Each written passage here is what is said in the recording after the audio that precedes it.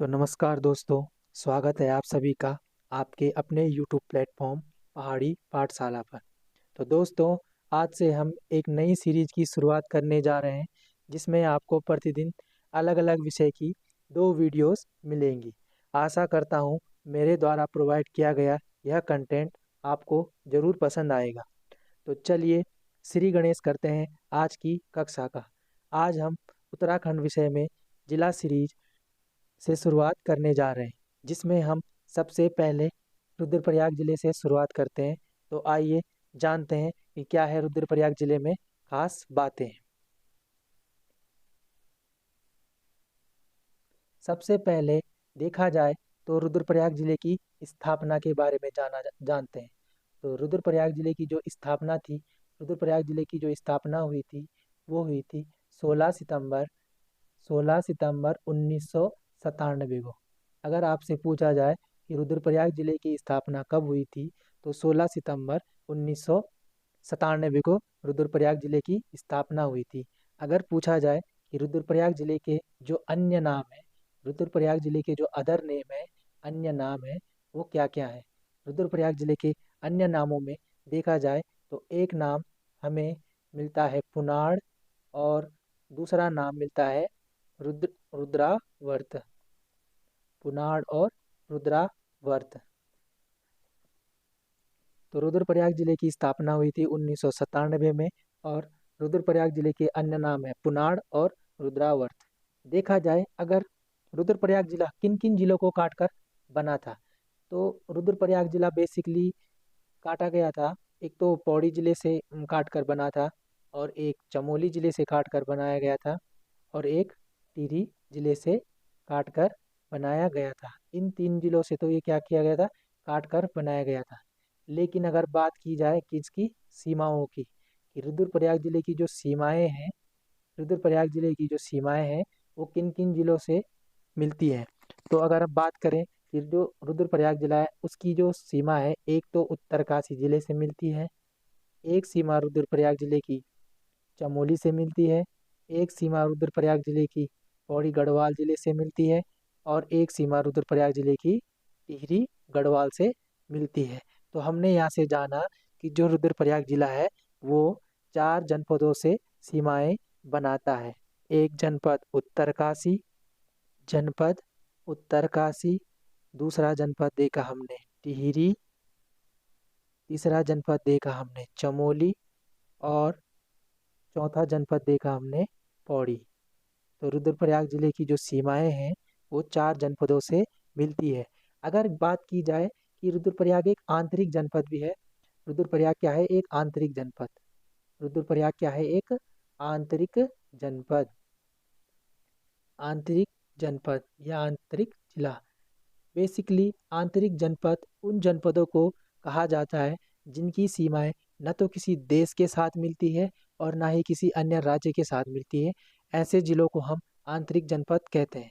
उत्तराखंड में कुल 4 आंतरिक जनपद है। कितने आंतरिक जनपद है? 4 आंतरिक जनपद है, जिन्हें हम ABTR नाम से जानते हैं। ABTR मान सकते हो आप, एक ट्रिक है। ABTR नाम से जानते हैं हम इन 4 जनपदों को। देखते हैं कौन कौन से हैं वो जनपद। सबसे पहला है एक अल्मोड़ा। अल्मोड़ा। बी से देखेंगे हम बागेश्वर। बागेश्वर। ई से देखेंगे हम टिहरी। और आर से देखेंगे हम क्या, रुद्रप्रयाग, या RPG बोल सकते हैं हम इसे शॉर्टकट में। तो रुद्रप्रयाग जिले की जो सीमाएं हैं वो 4 जनपदों से लगती है, उत्तरकाशी, टिहरी, चमोली और पौड़ी से। और अपने आप में रुद्रप्रयाग एक आंतरिक जनपद है। आंतरिक जनपदों की संख्या उत्तराखंड में कुल 4 है: अल्मोड़ा, बागेश्वर, टिहरी और रुद्रप्रयाग। आगे बढ़ते हैं। अब देखते हैं जो रुद्रप्रयाग जिले का जो क्षेत्रफल है। रुद्रप्रयाग जिले का क्या है, क्षेत्रफल। रुद्रप्रयाग जिले का जो क्षेत्रफल है वो है 1984 वर्ग किलोमीटर। जो रुद्रप्रयाग जिले का जो क्षेत्रफल है वो 1984 वर्ग किलोमीटर है। और क्षेत्रफल की दृष्टि से दूसरा सबसे छोटा जिला है। क्षेत्रफल की दृष्टि से दूसरा सबसे छोटा जिला। दूसरा सबसे छोटा जिला है। अगर बात की जाए कि जो उत्तराखंड में जो क्षेत्रफल की दृष्टि से उत्तराखंड में क्षेत्रफल की दृष्टि से सबसे बड़ा जो सबसे बड़ा जिला है वो कौन सा है, वो हमारा चमोली जिला है। और सबसे जो छोटा जिला है क्षेत्रफल की दृष्टि से सबसे छोटा जिला है हमारा चंपावत। यहीं पर बात की जाए कि जो उत्तराखंड में जनसंख्या की दृष्टि से, तो उत्तराखंड में जो जनसंख्या की दृष्टि से जो सबसे बड़ा जिला है जनसंख्या की दृष्टि से हरिद्वार। और सबसे छोटा जिला है आपका रुद्रप्रयाग। तो उत्तराखंड में सबसे बड़ा जिला है जनसंख्या की दृष्टि से हरिद्वार और सबसे छोटा जिला है जनसंख्या की दृष्टि से रुद्रप्रयाग। यहीं पर आगे बात की जाए कि उत्तराखंड में जो सबसे ज्यादा कृषि योग्य भूमि है, सबसे ज्यादा मैक्सिमम से बोल रहा हूँ मैं, सबसे ज्यादा कृषि योग्य भूमि। अगर बात की जाए कि उत्तराखंड में सबसे ज्यादा कृषि योग्य भूमि, वो है आपकी उधम सिंह नगर में। और सबसे कम मिनिमम या सबसे कम कृषि योग्य भूमि है आपकी रुद्रप्रयाग में। और ये क्वेश्चन एक बार पहले पूछा जा चुका है कि उत्तराखंड में सबसे कम कृषि योग्य भूमि वाला जिला कौन सा है, तो वो है आपका रुद्रप्रयाग। इसी के साथ देखा जाए, अगर रुद्रप्रयाग जिले में विकास खंड अगर विकास खंडों की बात की जाए कि रुद्रप्रयाग जिले में कितने विकास खंड हैं, तो रुद्रप्रयाग जिले में विकास खंड, या इसी को हम क्या बोल सकते हैं, ब्लॉक भी बोल सकते हैं। ठीक है, तो रुद्रप्रयाग जिले में कुल विकास खंडों की संख्या है 3। और कौन कौन से हैं ये 3? इन तीनों का नाम है, एक का नाम है ऊखीमठ, एक ब्लॉक का नाम है जखोली, और एक ब्लॉक का नाम है अगस्त मुनि। तो रुद्रप्रयाग जिले में 3 ब्लॉक है। एक ब्लॉक का नाम है ओखीमठ, एक ब्लॉक का नाम है अगस्त मुनि, और एक ब्लॉक का नाम है जखोली। यहीं पर अगर हम बात करें तहसीलों की, तो रुद्रप्रयाग जिले में तहसील अगर बात की जाए कि रुद्रप्रयाग जिले में तहसीलों की संख्या है 4। तहसीलों की संख्या 4 है। और इन तहसीलों का नाम है, एक तो स्वयं रुद्रप्रयाग तहसील, एक है हमारी ऊखीमठ तहसील, एक तहसील है हमारी वसु केदार तहसील और एक तहसील है हमारी जखोली तहसील जखोली तहसील। तो रुद्रप्रयाग में 4 तहसीलें हैं, एक तो स्वयं रुद्रप्रयाग, एक ऊखीमठ, एक वसु केदार और एक जखोली। यहीं पर अगर बात की जाए विधानसभा क्षेत्रों की, विधान सभा क्षेत्र, तो रुद्रप्रयाग में विधानसभा क्षेत्रों की संख्या है 2। एक विधानसभा क्षेत्र है आपका केदारनाथ विधानसभा क्षेत्र और एक विधानसभा क्षेत्र है आपका रुद्रप्रयाग विधानसभा क्षेत्र। तो रुद्रप्रयाग में विधानसभा क्षेत्रों की संख्या है 2, एक केदारनाथ विधानसभा क्षेत्र और एक रुद्रप्रयाग विधानसभा क्षेत्र। अगर बात की जाए विधानसभा क्षेत्रों में कि उत्तराखंड में जो सबसे ज्यादा विधानसभा क्षेत्र उत्तराखंड में जो सबसे ज्यादा विधानसभा क्षेत्र है वो है आपके इस जिले में हरिद्वार में। और कितनी है विधानसभा क्षेत्रों की संख्या? 11। और अगर देखा जाए कि सबसे कम विधानसभा क्षेत्र कहाँ है, तो सबसे कम विधानसभा क्षेत्र वाले 3 जिले हैं। एक तो आपका रुद्रप्रयाग, एक है आपका चंपावत और एक है आपका बागेश्वर। और इन तीनों जिलों में 2-2 विधानसभा क्षेत्र हैं। तो उत्तराखंड में कुल विधानसभा सीटों की संख्या कितनी है? वो है आपकी 70। और देखा जाए इन 70 विधानसभा क्षेत्रों में सबसे ज्यादा विधानसभा क्षेत्र है आपके हरिद्वार में, और सबसे कम विधानसभा क्षेत्र है आपके 3 जिलों में रुद्रप्रयाग, चंपावत और बागेश्वर में 2-2 विधानसभा क्षेत्र।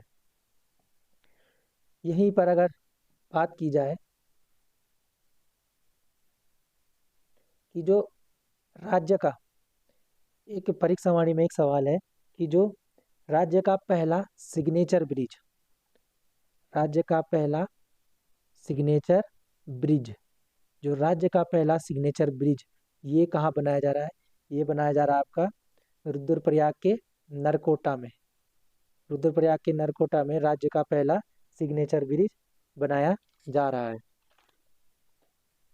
अब आगे देखते हैं, आगे बात की जाए तो आगे आप एक हेडिंग के तौर पर पढ़ेंगे हम केदारनाथ मंदिर।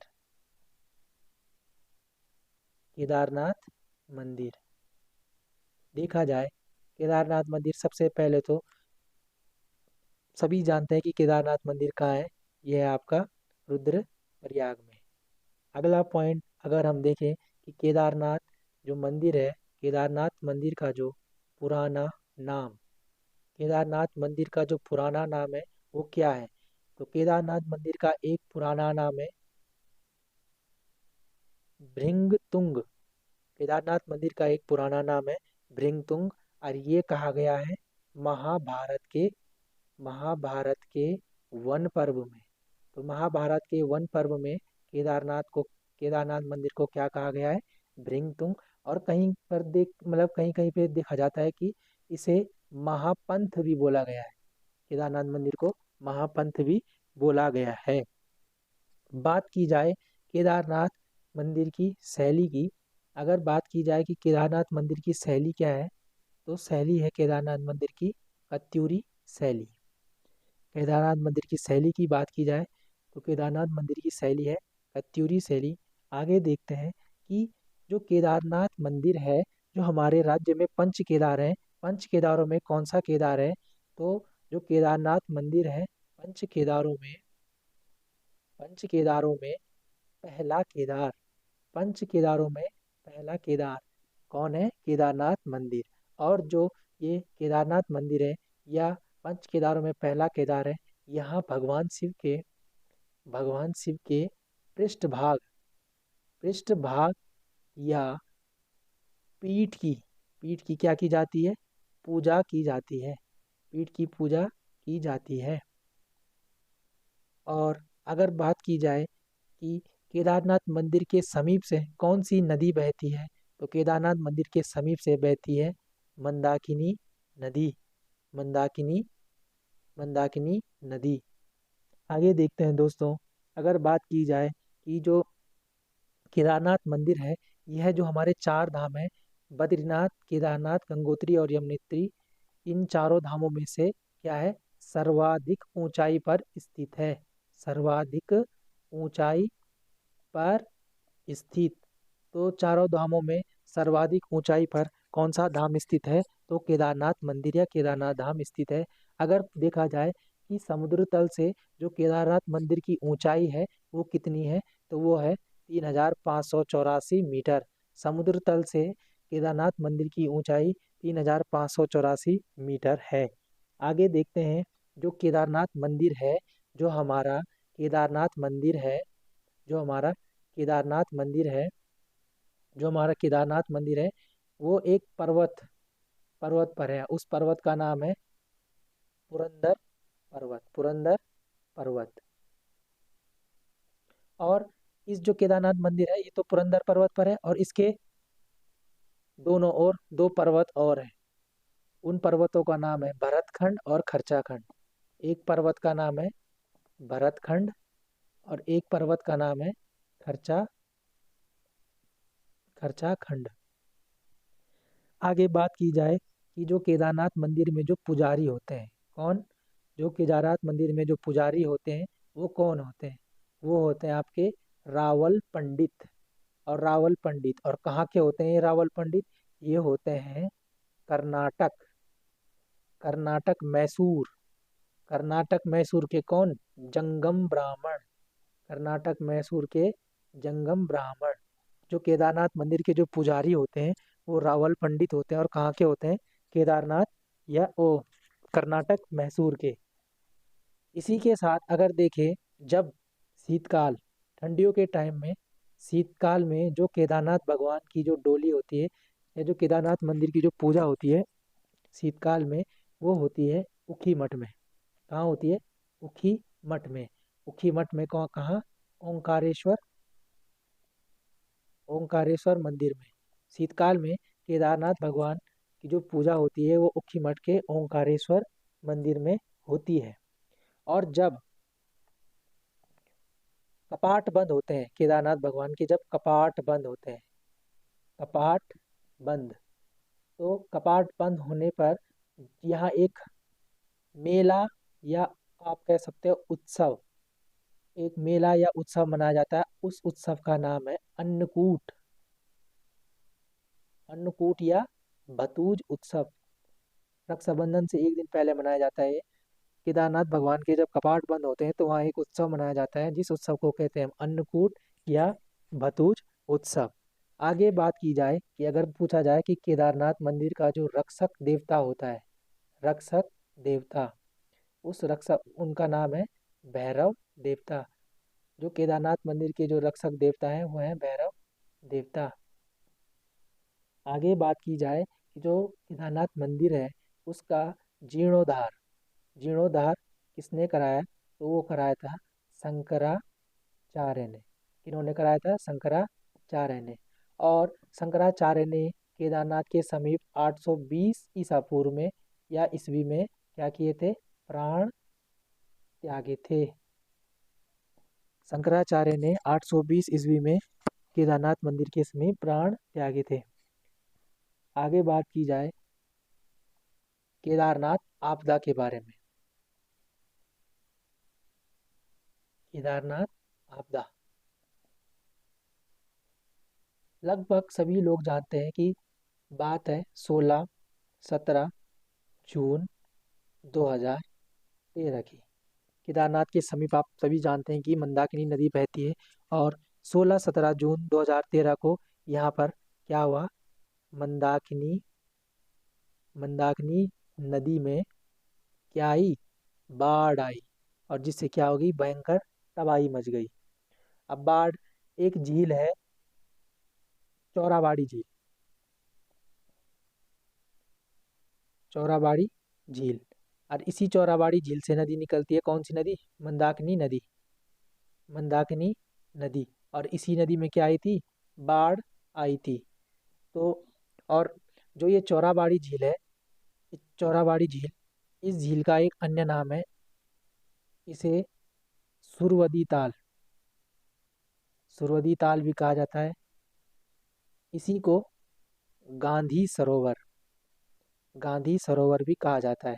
और गांधी सरोवर इसलिए कहा था कि जब 30 जनवरी 1948 को महात्मा गांधी शहीद हुए थे तो उनकी अस्थियों का विसर्जन इसी ताल में किया गया था। इसी कारण इसे क्या कहा जाता है, गांधी सरोवर कहा जाता है।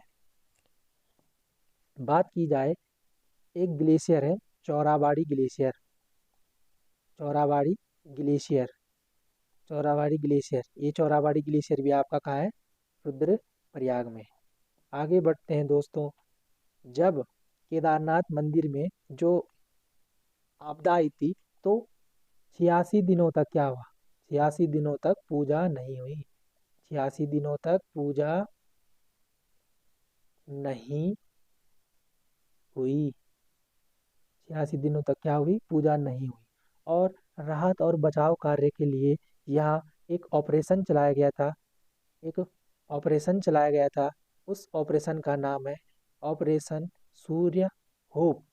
तो राहत और बचाव कार्य के लिए यहाँ पे भारतीय सेना द्वारा एक ऑपरेशन चलाया गया था, जिसे कहा जाता है ऑपरेशन सूर्य होप। यहाँ पे एक, हमें एक बुक का नाम मिलता है, उस बुक का नाम है तुम चुप क्यों हो केदार। तो तुम चुप क्यों हो केदार, जो बुक लिखी गई है वो लिखी गई है हृदयेश जोशी के द्वारा, हृदयेश जोशी। आजकल एग्जामों में बहुत ज़्यादा बुकें पूछी जा रही हैं, इसलिए आपको बुकों पर भी फोकस करना है। तो तुम चुप क्यों हो केदार पुस्तक जो लिखी गई है वो लिखी गई है हृदयेश जोशी। और अभी हाल ही में मैंने एक बुक लिखी थी, मैंने तो क्या लिखी थी, मतलब मैंने देखी थी एक बुक, उस बुक का नाम है दास्तान ए गढ़वाल, दास्तान ए गढ़वाल। इस बुक के जो राइटर हैं उनका नाम है मदन थपलियाल। अब मैं इसलिए लिखा रहा हूँ इस बुक को क्योंकि जो ये दास्ताने गढ़वाली बुक है, इस बुक का जो फ्रंट पेज है, जो इस बुक का फ्रंट पेज है, उस फ्रंट पेज में जब केदारनाथ मंदिर में जो आपदा आई थी उस समय की फोटो दिखाई गई है। इसलिए मैंने इस बुक को यहाँ पे लिखा दिया। आगे देखते हैं कि एक डेट आती है 5 नवंबर 2021। 5 नवंबर 2021 को जो केदारनाथ मंदिर है वहाँ पर क्या किया गया था, एक शंकराचार्य की मूर्ति स्थापित की गई। शंकराचार्य की मूर्ति स्थापित की गई इसके द्वारा, तो जो हमारे पीएम है कौन, हमारे पीएम मोदी जी द्वारा, मोदी जी द्वारा यहाँ की गई एक शंकराचार्य की मूर्ति स्थापित की गई। और जो ये मूर्ति है, इस मूर्ति के जो मूर्तिकार है, मतलब किसने बनाई है मूर्ति, मूर्तिकार, उनका नाम है अरुण योगीराज। उनका नाम क्या है, अरुण योगीराज। आगे बढ़ते हैं दोस्तों। तो अगर एक बार एक परीक्षा वाणी में मैंने एक क्वेश्चन देखा था प्रीवियस ईयर में कि किस धार्मिक यात्रा की शुरुआत गौरीकुंड से पैदल होती है, तो आपने आंसर करना है केदारनाथ धाम की यात्रा। आगे बढ़ते हैं, अगली हेडिंग देखते हैं, उसका नाम है मद महेश्वर नाथ। मद महेश्वर नाथ। तो मद महेश्वर नाथ जो मंदिर है ये भी आपका कहाँ है, रुद्रप्रयाग में, रुद्रप्रयाग में है। और पंच केदारों में मदमहेश्वर नाथ द्वितीय केदार है, द्वितीय केदार। और जो मदमहेश्वर नाथ की जो शीतकालीन पूजा होती है, मदमहेश्वर नाथ की जो शीतकालीन पूजा होती है, ये भी वहीं होती है जहाँ केदारनाथ भगवान की पूजा होती है, ऊखीमठ ओंकारेश्वर मंदिर, ऊखीमठ ओंकारेश्वर मंदिर। और जो ये मदमहेश्वर नाथ जो ये मंदिर है, ये चौखंबा पर्वत की तलहटी पर स्थित है। और अगर बात की जाए जो मदमेश्वर नाथ की जो शैली है, मदमेश्वर नाथ की जो शैली है वो शैली है आपकी पांडव शैली। तो मदमेश्वर नाथ जो रुद्रप्रयाग में स्थित है और पंच केदारों में द्वितीय केदार है। और इसकी शीतकालीन पूजा, इनकी शीतकालीन पूजा होती है उखी मठ के ओंकारेश्वर मंदिर में। और यह चौखंबा पर्वत की तलहटी पर स्थित है। और इस मंदिर की जो शैली है आपकी पांडव शैली। बात आगे बढ़ते हैं दोस्तों। आगे बात की जाए तो आगे एक नई हेडिंग देखते हैं जिसका नाम है तुंगनाथ। आगे देखते हैं उसका नाम है तुंगनाथ। तुंगनाथ मंदिर आप सभी जानते हैं, तुंगनाथ मंदिर रुद्रप्रयाग जिले में स्थित है। और तुंगनाथ जो मंदिर है या इस क्षेत्र को एक अन्य नाम से जाना जाता है, इनका नाम है हरिहर। और बात की जाए पंच केदारों में, तो पंच केदारों में जो तुंगनाथ मंदिर है वह तृतीय केदार के नाम से जाना जाता है, तृतीय केदार है। और यहाँ भगवान शिव की भुजाओं की पूजा की जाती है। और दोस्तों शायद मैं एक चीज़ भूल गया था, जो हमारे द्वितीय केदार है मदमेश्वर नाथ जो मंदिर है, यहाँ भगवान शिव के नाभि की पूजा की जाती है, नाभि की पूजा की जाती है, जो पंच केदारों में हमारे द्वितीय केदार है। आगे चलते हैं दोस्तों। जो तुंगनाथ मंदिर है आप सभी जानते हैं रुद्रप्रयाग जिले में है और तृतीय केदार कहा जाता है। और यहाँ भगवान शिव की भुजाओं की पूजा होती है, भगवान शिव की भुजाओं की पूजा होती है। और देखा जाए तो जब शीतकाल में जब कपाट बंद होते हैं तुंगनाथ के, जब वहाँ बर्फ पड़ जाती है, तो भगवान शिव की जो शीतका ये तुंगनाथ की जो शीतकालीन पूजा होती है वो होती है मक्कू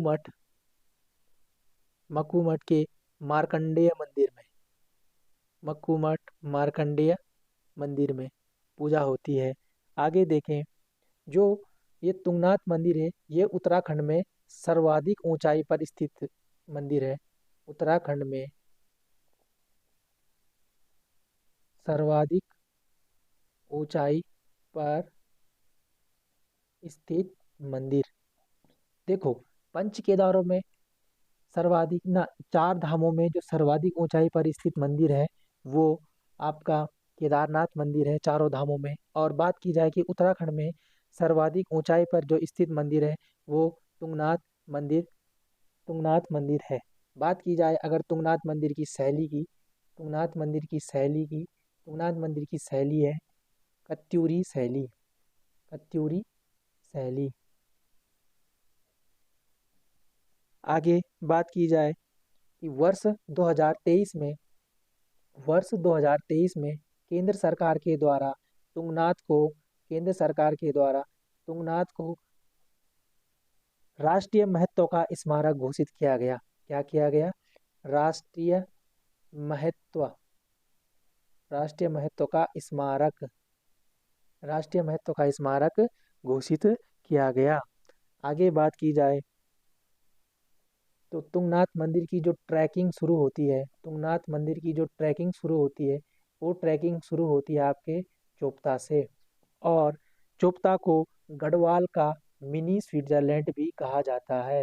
गढ़वाल का मिनी स्विट्जरलैंड गढ़वाल का मिनी स्विट्जरलैंड भी कहा जाता है। और अगर बात की जाए एक्स्ट्रा फैक्ट में, अगर हम देखें कि भारत का मिनी स्विट्जरलैंड किसे कहा जाता है, तो भारत का मिनी स्विट्जरलैंड कहा जाता है कौसानी को। और कौसानी है आपके बागेश्वर में और महात्मा गांधी जी द्वारा कहा गया था। बात की जाए कि आगे बढ़ते हैं दोस्तों, बात की जाए तो एक नई हेडिंग लिखते हैं जिसका नाम है सोन प्रयाग। इनका नाम क्या है? सोन प्रयाग। सोन प्रयाग, सोन प्रयाग ये भी रुद्रप्रयाग जिले में एक जगह है। और सोन प्रयाग में दो नदियों का संगम होता है। एक नदी मंदाकिनी नदी और दूसरी नदी वासुकी नदी। तो मंदाकिनी और वासुकी नदी का संगम होता है सोन प्रयाग में। सोन प्रयाग में कुछ खास मंदिर हैं जिन्हें जिसमें से एक है मुंडकटिया गणेश मंदिर, या इसी मंदिर को कहते हैं सिरकटा गणेश का मंदिर। तो मुंडकटिया या सिरकटा मुंडकटिया या सिरकटा गणेश मंदिर कहाँ स्थित है? तो आपका आंसर होगा कि सोनप्रयाग में स्थित है मुंडकटिया या सिरकटा गणेश मंदिर। बात की जाए एक मंदिर है त्रिजुगी नारायण मंदिर। त्रिजुगी नारायण मंदिर अगली हेडिंग है दोस्तों, त्रिजुगी नारायण मंदिर। तो त्रिजुगी नारायण मंदिर भी आपका रुद्रप्रयाग जिले में स्थित है। अगर पर्वत का नाम आए तो आपने लिखना है यज्ञ पर्वत। यज्ञ पर्वत। और क्या है इस त्रिजुगी नारायण मंदिर में खास बातें, आइए जानते हैं। यह मंदिर भगवान भगवान विष्णु को समर्पित है। भगवान विष्णु को समर्पित है। और आप सभी भली भांति जानते हैं कि यहाँ पर शिव और शिव और पार्वती की विवाह स्थली है। शिव और पार्वती की विवाह स्थली विवाह स्थली शिव और पार्वती की विवाह स्थली के नाम से जाना जाता है त्रिजुगी नारायण मंदिर को। आगे बढ़ते हैं दोस्तों, बात करते हैं रुद्रप्रयाग जिले की अगली हेडिंग इनका जिसका नाम है अगस्त मुनि। तो अगस्त मुनि भी दोस्तों आपका रुद्रप्रयाग जनपद में स्थित है। और अगस्त मुनि में भी दो नदियों का संगम होता है। देखो इन संगमों को याद करना, जरूर याद करना। क्या पता क्वेश्चन कब कहाँ से आ जाए, कोई नहीं जानता। इसलिए बेसिक बेसिक चीजें हर जिले की आपको याद होनी चाहिए। अगस्त मुनि में दो नदियों का संगम होता है। एक नदी का नाम है मंदाकिनी और दूसरी नदी का नाम है धूलगाड़। मंदाकिनी और धूलगाड़ का संगम अगस्त मुनि में होता है। बात करें अगली हेडिंग अगली हेडिंग का नाम है गुप्त काशी। अगली हेडिंग का नाम है दोस्तों गुप्त काशी। गुप्त काशी भी आपका रुद्रप्रयाग जनपद में स्थित है। और नदी की बात की जाए कि गुप्त काशी किस नदी के तट पर है, तो आपका आंसर होगा मंदाकिनी नदी के तट पर। मंदाकिनी नदी के तट पर।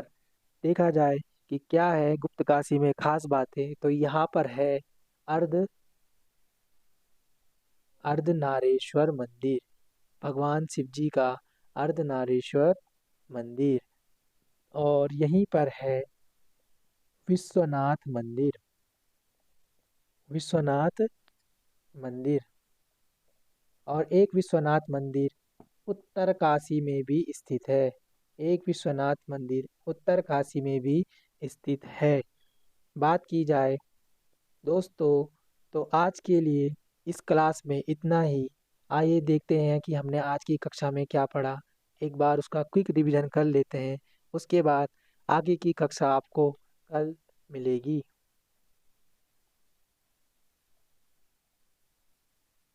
तो हमने आज बात की थी रुद्रप्रयाग जिले के बारे में, जिसकी स्थापना हुई थी 16 सितंबर 1997 को। अन्य नाम देखे थे हमने पुनाड़ और रुद्रावत। हमने देखा था कि इसकी सीमाएं 4 जनपदों से मिलती है और यह एक आंतरिक जनपद है। उत्तराखंड में आंतरिक जनपदों की संख्या 4 है।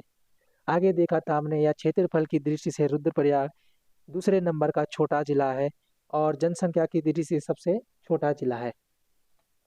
आगे देखा था हमने सबसे कम कृषि योग्य भूमि रुद्रप्रयाग में है, जबकि सबसे ज्यादा उधम सिंह नगर में।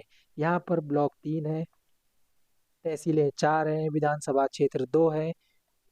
उत्तराखंड में सबसे ज्यादा विधानसभा क्षेत्र हरिद्वार में है 11, और तीन जिलों में दो दो विधानसभा क्षेत्र हैं और 70 सीटें उत्तराखंड में टोटल है। सिग्नेचर ब्रिज यहीं बनाया जा रहा है रुद्रप्रयाग में। केदारनाथ मंदिर के बारे में पढ़ा। आगे हमने केदारनाथ आपदा के बारे में देखा, चौराबाड़ी झील देखी, बुक देखी दास्तान गढ़वाल, तुम चुप क्यों हो केदार।